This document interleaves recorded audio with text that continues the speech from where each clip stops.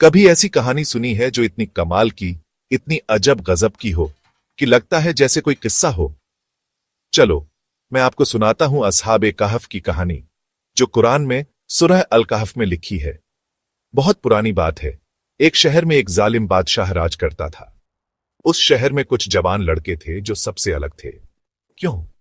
क्योंकि उनके दिलों में अल्लाह पर सच्चा यकीन था। वो मूर्तियों को नहीं पूजते थे, चाहे बादशाह कितना भी जोर लगा ले। वो आसान रास्ता भी चुन सकते थे, सबके साथ मिल जाना, अपना ईमान छुपा लेना। लेकिन उनका यकीन बहुत मजबूत था।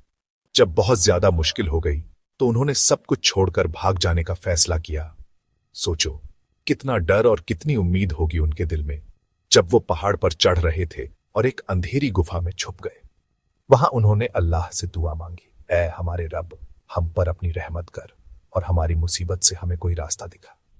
और यहां हुआ कमाल, अल्लाह ने उनकी दुआ इस तरह कबूल की जिसकी किसी ने उम्मीद भी नहीं की थी।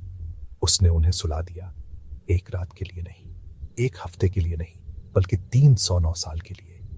उनके जिस्म बूढ़े नहीं हुए, धूप उन पर नहीं पड़ी। उनका वफादार कुत्ता भी गुफा के बाहर पहरा देता रहा। वक्त मानो रुक गया अल्लाह के हुक्म से। जब आखिरकार उनकी आंख खुली तो उन्हें लगा जैसे बस एक दिन ही हुआ हो। भूख लगी तो उनमें से एक खाना खरीदने गया, अपने पुराने सिक्के लेकर। सोचो, शहर में कितनी हैरानी हुई होगी। लोग उसके अजीब कपड़ों को, उसके पुराने पैसों को देखते रह गए। जल्द ही सबको पता चल गया, ये वही जवान है जो सदियों पहले गायब हो गए थे। अल्लाह ने उन्हें एक निशानी बनाकर रखा था। तो इससे हमें क्या सीख मिलती है?